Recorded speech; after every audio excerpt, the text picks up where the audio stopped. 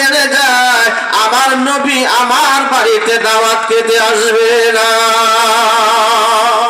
এবার দুইটা ছেলেকে আলাদা করে রেখে দিয়েছে। সাহাবা হযরত জাবের রাদিয়াল্লাহু তাআলা আনহু উনি দৌড়িয়া গেলেন নবীর কাছে, বলেন নবী আপনি অথবা আপনার সাথে 2-4 জন সাহাবী আইসা আমার সাথে খানা খাইতে পারেন, দাওয়াত করে গেলাম।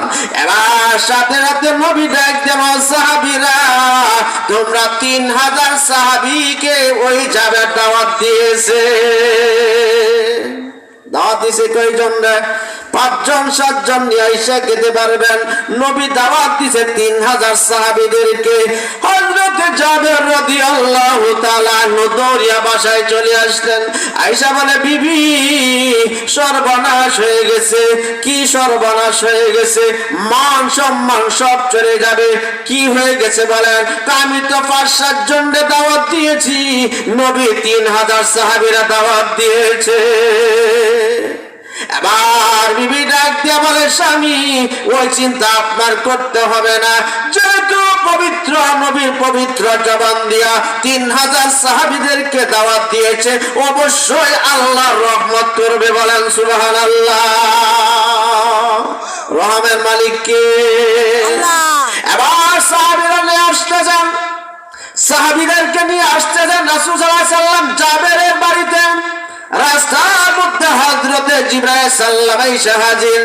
বলেন নবী আপনি কোথায় যান? আমি জাবেরের বাসায় দাওয়াত খেতে যাই। নবী আল্লাহ আমাকে আপনার কাছে পাঠাইছে। কেন আমার কাছে পাঠাইছে? আপনাকে জাবেরের বাসায় দাওয়াত খাইবেন।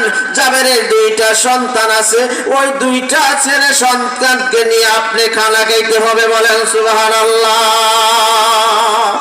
ঘটনা ঘটছে কোথায়? কবর হয়েছে কোথায়? ঘটনা ঘটছে কোথায়? কবর হয়েছে কোথায়? এখানে যা কিছু হয়েছে আল্লাহ জানে না, জানে না? জুড়ে বলেন জানে না, জানে না? এবার সাহাবীদেরকে নিয়ে আসলাম, সব সাহাবীরা বসলেন। বলেন রাসূল বললেন, সাহাবী তোমার 2টা সন্তান আছে কোথায়? আল্লাহ রাসূল তারা ঘুমায়া গেছে, তুমি ঘুম থেকে সজাগ করো না। আল্লাহ রাসূল যদি এখন ঘুম থেকে সজাগ করি তারা কথা কান্নাকাটি করবে, তারা ঘুমের সময়। সাহাবী তুমি আমি বলছি তাদেরকে নিয়ে আসো, আমি একসাথে খানা খাবো। না আল্লাহ রাসূল দরকার নাই, তারা ঘুমাইছে, আপনারা কে নেন।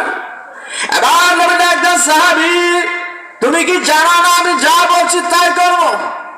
তোমার 2টা সন্তান ছাড়া আমার তোমার বাসা খানা খাবো না।